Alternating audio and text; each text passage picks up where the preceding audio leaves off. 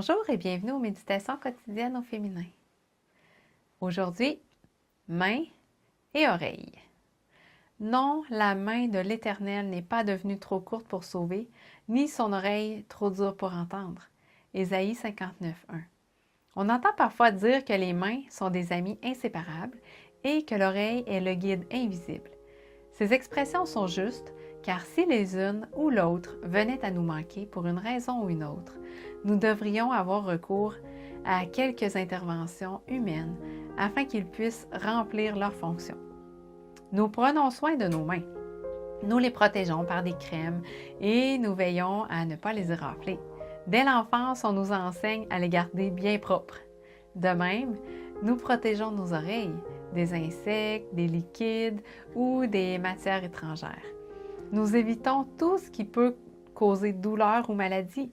Pourtant, rien ne peut garantir la sécurité de ces membres si importants. Nous sommes constamment exposés à des accidents imprévus pouvant causer des lésions physiques et nous priver de notre toucher ou de notre ouïe. L'auteur nous raconte un événement qui est survenu alors que son mari et elle étaient ouvriers ministériels. Pour se déplacer d'une localité à l'autre, ils devaient prendre ce qu'on appelait le train laitier. Il était nommé ici parce qu'il s'arrêtait souvent et faisait chaque fois un bruit de ferraille particulier. Dès le début du parcours, Ruth posait la tête sur l'épaule de son mari, car elle avait les oreilles fragiles et elle pressentait que le fracas du train pouvait l'affecter. Mais son autre oreille était à découvert. Elle succomba au bruit. Peu après ce déplacement, les douleurs commencèrent. Le médecin consulté prescrivit un médicament qui entraîna des allergies et des brûlures à l'intérieur de l'oreille. Que de souffrance! Ils ont finalement trouvé le remède qui lui convenait et son oreille guérit complètement.